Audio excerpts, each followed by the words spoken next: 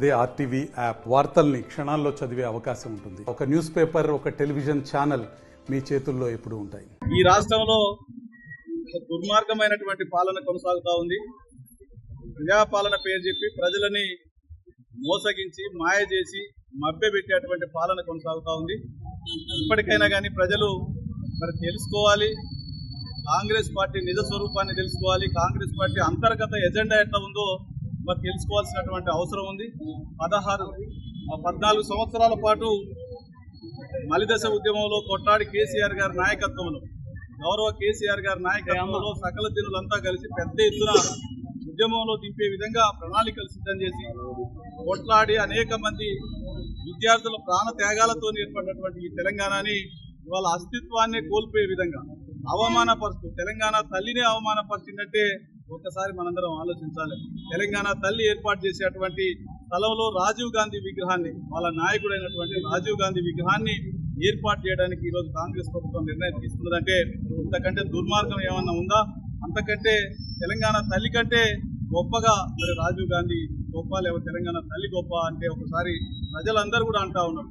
రాజీవ్ గాంధీ వద్దురా, తెలంగాణ తల్లి ముద్దురా అని చెప్పేసి మరి ప్రజలందరూ కూడా అంటా ఉన్నారు. అంటే తన తల్లినే మరి ఆ విధంగా అవమానపరిచినటువంటి పాలన మనకు అవసరమా అని చెప్పేసి ఒక్కసారి మనందరం కూడా మరి ఒకసారి గుర్తు చేసుకోవాలి.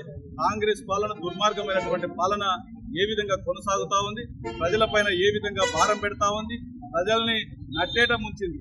ఎన్నికల ముందు అనేక హామీలు ఇచ్చి హామీలన్నీ కూడా అమలు చేయలేక ఇవాళ చేతులెత్తి ఏం చేయాలో అర్థం కానటువంటి పరిస్థితుల్లో ప్రజల మూడుని డైవర్ట్ చేయడం కోసం మరి డ్రామాలు చేస్తా ఉన్నారు తప్ప మరి ప్రజాపాలన కాదు అని చెప్పేసి ఇంతకంటే దుర్మార్గం లేదు. ఇటువంటి పాలన మరి ఎప్పుడు ఎక్కడ కూడా చూడనటువంటి పరిస్థితి.